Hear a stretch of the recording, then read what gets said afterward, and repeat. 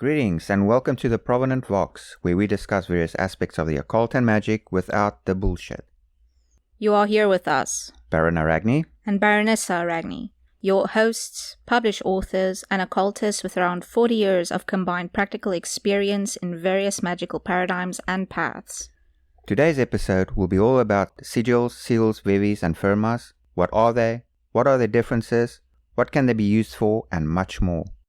Before we begin, if you enjoy our podcast, please like, subscribe, and share so that more people can discover this podcast, because after all, we're battling against the algorithm of modernity.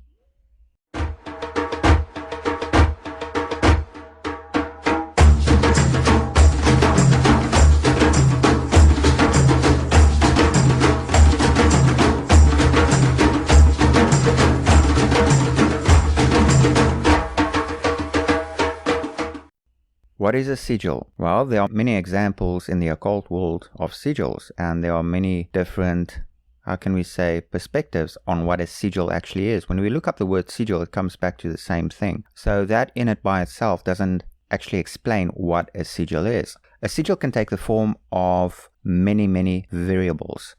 In essence, it's an expression of the individual's will and desire, which he or she makes manifest upon a paper in the form of lines, dots, curls, twirls, and so on. When making a sigil, you can either take the automatic drawing kind of approach to it, where your hand just does as it wants while you are focusing on your intent, of course. You can also make use of alchemical symbols. You can make use of symbols that you personally relate to as an individual. Basically, there are no rules to creating a sigil, as long as the sigil reflects your will and desire as a practitioner. Yes, an example of this sigil creation is if you think of your intent. For example, I want a new car, and then you just open up your creative side, close your eyes, for example, lightly rest the pen on a paper, and then let your hand and your subconscious do all the work. In essence, that will be a manifestation of your personal intent and will, that which you want desired. For example, in this case, yet again, it's I want a new car. Then that symbol itself will be a representation of that. Or you can also have more positive and affirmed statements such as I have a new car, and then you do the same thing. Sometimes when using this method, it may look a little bit like chicken scratch, if we have to be honest. So sometimes you want it to look a little bit more refined, and this is all up to personal preferences, what you want it to look like, and of course if you can relate to it. So taking the example of I want a new car, then you can look at correspondences of a car. Let's just say it's movement. It is getting you from one point to another, joining two different points to each other. So then you can, for example, use alchemical symbols of Mercury and so forth to then combine it all together as a sigil, either in conjunction with what you've already done or just by itself. So in essence, a sigil is something which reflects the desire or the will of the individual, which in turn will manipulate, alter, or change his or her microcosm. Indeed. Now, moving on, what is a seal? Now, many people tend to confuse sigils and seals with each other, and we suppose that they can be very similar, however, they're not the same at all. No. In comparison to a sigil, a seal is much more defined. You can see it as every symbol that appears on a seal. It's like empty, without the essence, energy, or element which grants it power, whether it's one of the 5 elements or whether it's a planetary element, etc. and so forth, or even an entity which is linked to directly. That changes the whole of the seal itself. A distinction which we also like to provide between sigils and seals is that a sigil is something that you as a practitioner basically create yourself to various purposes. However, a seal is more related, as mentioned, onto a higher ideal or an entity, spirit, or intelligence. In these cases where it's directly linked to an entity and so forth, they tend to either guide you through the process or they may even provide you with one. Yes, where there's no entity involved, it's dependent on the occultist themselves to attribute the correct glyphs, symbols, runes, and so forth to have the desired effect. So that's sigils and seals. In most grimoires and so on and so forth that you will encounter, these two terms will be used quite a lot. So there you have the basic difference between a sigil and a seal. What is a veve? A veve is almost like a pictorial seal. However, in most cases, it defines the character, principality, and power of a specific entity and that which you wish to work with, communicate with, conjure, or summon. Needless to say, the term veve is very much related to Voodoo, Voodoo, Hoodoo, and the African diasporic traditions in particular, where, gosh, you just have to Google veve and then you will get so many for the various barons, the Gede, the Petro, you name it. Now, those pictures that you see, as you will be able to distinguish when looking at, let's just say, a seal from, let's just say, Western occultism, from the Goetia, as an example, and you compare it to what a veve looks like. A veve is far more pictorial, less alchemical, and more pictorial in its general composition. Yes, in most cases it is a childlike rendition with some aspects of geometry involved. Unlike Western tradition of seals and sigils, thereby you can see the difference. In the Western tradition of seals and sigils, there's more geometry, sacred geometry, and etc. and so forth involved. Whereas with a veve, there's less of that and more, how can we say, pictorial representations. But before one thinks that such a very simple pictorial rendition is perhaps lesser or weak in its application, this is dead wrong, okay? Make no mistake. A pictorial rendition of your intent or trying to link it to an entity sometimes can, depending on the creator, depending on your focus, depending on your will, intent, and ritual setup, can sometimes be more powerful and effective than modern sigilization. Definitely. In some aspects, the pictorial seal works on your primal self. So it's a universal language by itself which everyone can understand without the need for the written format thereof. So yeah, it is very powerful. And that's also what makes it so interesting. So moving on to something which we'll say is, in its composition is similar to a veve, a firma. What is a firma? Firma is much more complex than a sigil, seal, or a veve because it's a representation not only of spirits in some cases, but also the movement of energy. Now, what do we mean by this? Firma, just a quick note, firmas by themselves are also subdivided into another category, however we will discuss this shortly. Firstly though, a firma, if you look at it, you will see that it looks a lot like a veve in its composition. However, it does contain a lot more particular elements, such as arrows, crosses and circles, serpents, skulls, and so forth and so on. Now, this does not just relate, as mentioned, to that which you wish to work with or the entity, but rather the energy and how it moves. And here as well, symbolism plays an extremely large role. If, for example, you look at a firma and with it you see a skull present somewhere on the firma itself, then just by deduction you can tell that the spirit or entity that this is linked to is not wholly light or of the right-hand path, shall we call it. They are more fierce, and in most times they are necromantic in nature. Yes, indeed. As we mentioned, there's two parts of the firma. However, we will be discussing the firma itself. The firma, as a standard, is a representation of a higher power, such as an ascended spirit, which in the tradition of Palo Mayombe and Palo Monte is made use of. And yes, let me go on over to my better half to explain the other uses of the firma. Okay, the other uses of the firma. We personally would rather make a distinguishment between a firma and its brother, shall we call it, the patipemba. Now, a firma and a patipemba is almost the same thing. If you look at them, they look almost exactly the same with similar elements involved, the same childlike symbolism and so on and so forth. However, it has one main distinction. Firmas are for working with entities. A patipemba is a spell work or a instruction, a pictorial instruction for a spirit or for energies on what you want manifested and how they should go about doing this.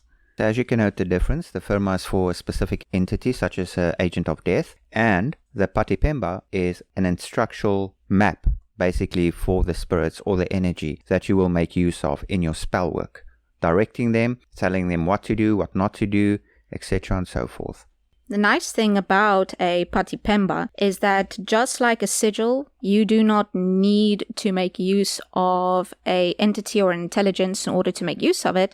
It will lend it potency and power. Let's just be honest about that. But you do not need them in order to manifest that what you want, because a patipemba instructs energy as well. So that's absolutely lovely to use. It's an excellent tool. Actually, all of these are most excellent tools for a practitioner to use. In regards to firma, so when you draw it up as a patipemba, then each person has spirits already attached to them, especially as a practitioner of the occult arts. So that will inevitably instruct those spirits which is attached to you as an individual on what to do and what not to do, whether it's to bring forth prosperity, for healing, for love, romance, lust, or even to destroy an enemy. So those spirits will already know what to do via the patipemba. Exactly. So we think we basically just boiled it down to the basics there to distinguish them apart for you. So let's move on. The general difference between them, we will group it in, let's just say, a set of 3. We shall group the sigil and seal together and the veve and firma together. Why? Mainly Western or more modern occultism. Yes. And ancient occultism. Okay, so we've already explained the sigil and the seal and how they work. So the veve and firma is that of African diasporic tradition.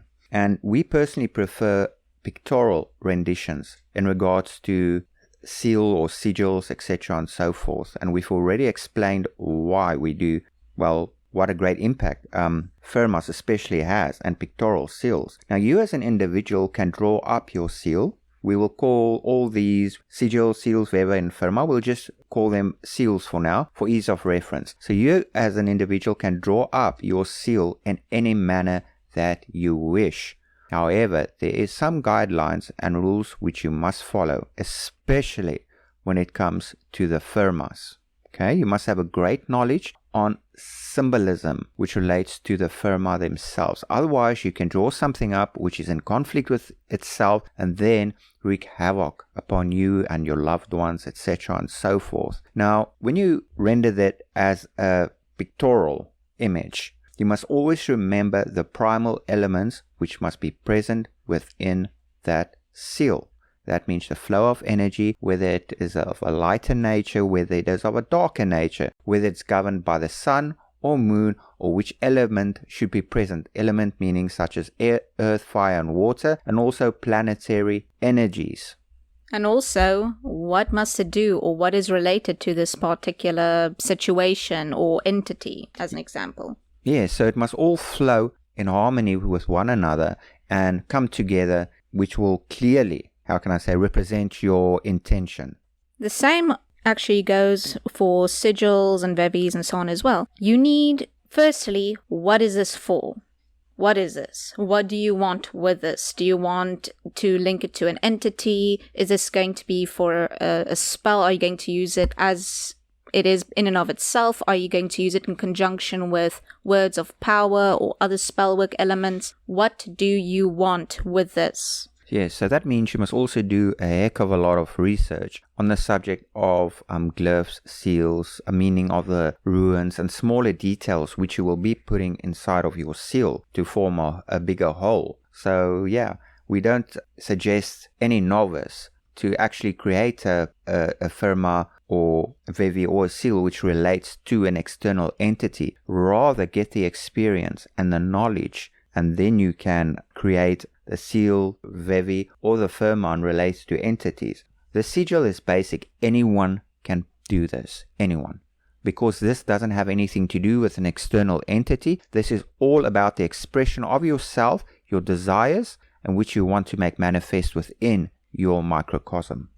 Exactly. Also, to keep in mind is not just what you want or how it is, but you must be able to relate to the sigil that you have created. This is absolutely dire. if you draw something up, and even though it is in line with your will and intent and desire, however, you're just looking at this thing and you know what, it looks like a piece of shit, you cannot relate to it whatsoever, then don't use it, because then the effects will in turn also not manifest properly. Yes, you must remember, in the occult, association is key. Like Baronessa said, if you cannot associate with something, you better get rid of that thing and find a workaround for it, or create something from scratch in which you can associate. In most cases, when you as an individual create something, then association is automatic, because you are its creator and you are God of that image. So moving on, what can you use them for? Well, the sky's the limit, honestly. That's the bit of silence here on our side. You can use it for absolutely anything. Linking it to an entity, love, lust, prosperity, luck, curses, destruction, whatever you can think of, that's what you can use it for.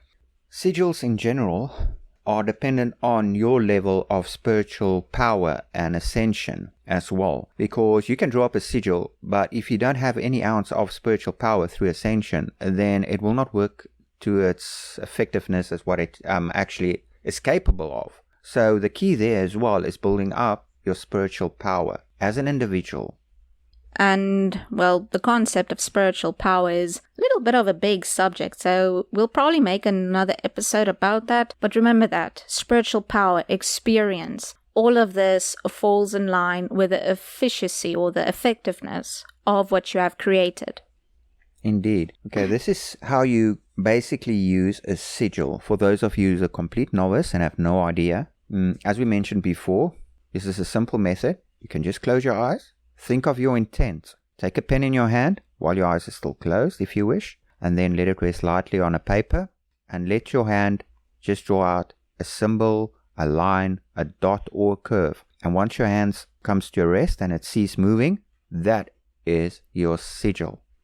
Now, after you have created your sigil using this very, very simple example, the deployment, you have so many options. As many options as you have what a sigil can stand for, that is how many options you have at deployment. You can carry it with you and gaze upon it, thinking about your intent. You can burn it in a candle flame and let it render onto ash and scatter that ash into the winds to make it manifest, to carry your intent forth into the ether. You can make that form part of other spellbook components. People enjoy jars for some very strange reason, so you can put it in a jar for whatever reason you want. You can hang it somewhere, you can hide it somewhere. But the point is, irrelevant of its deployment, how you use it, remember your will and intent, even after you have created that, whether you use it in an evocation, whether you use it with words of power, it does not matter. Even though your intent is depicted in that sigil that you have created,